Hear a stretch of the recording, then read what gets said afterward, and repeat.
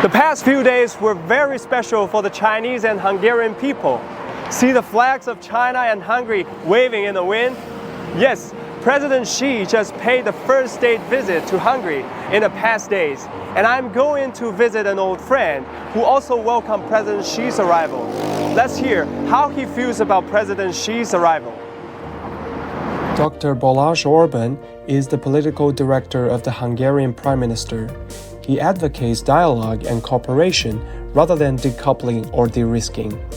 He firmly supports the Belt and Road Initiative and the Eastern Opening policy. We are very honored that President Xi made the decision to visit our country. The last time when we had a Chinese president visiting our country was 20 years ago. And this visit is, according to our understanding, a crown jewelry of this very good bilateral relations. China is an ancient civilization.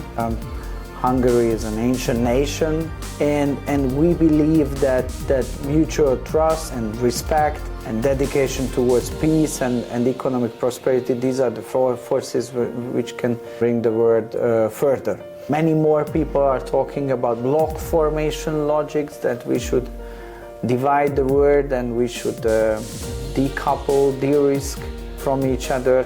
We Hungarians, we don't see it is in line with the interest of Hungarians. So we believe that connectivity is the strategy which is working and not decoupling.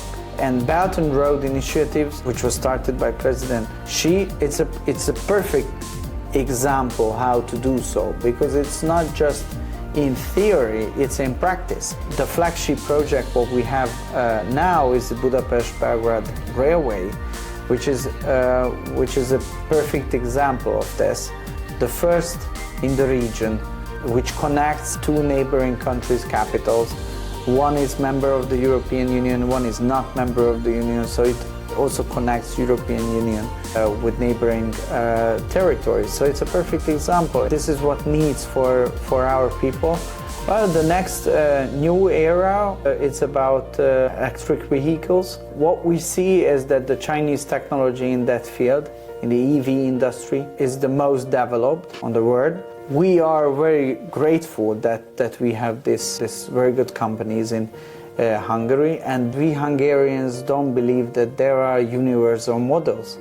So the successful strategy should be based on history, should be based on culture, should be based on geography. We don't see China as a threat, we see it as an opportunity, that a new economic powerhouse is emerging, and these are new opportunities. China can, I think, play a very important role during this transition period of time, where it can cool down the world and make this transition period more smooth and bring new opportunities for many countries who in the last years became on the losing side of this changing world order. Last year, I met Ms. Balazs Orban in Beijing. He came with a delegation led by Hungarian Prime Minister to attend the Third Belt and Road Forum for International Cooperation and was received by President Xi. At that time, we agreed to meet again in Europe when we had the opportunity. So this interview is of special meaning for me, as it is a visit spanning thousands of miles. Now, I work as a Xinhua correspondent based in Central and Eastern European countries.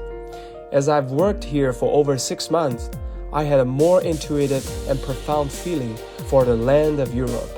75 years ago, soon after the founding of People's Republic of China, Hungary announced its recognition of the PRC and became one of the first countries to establish diplomatic relations with China.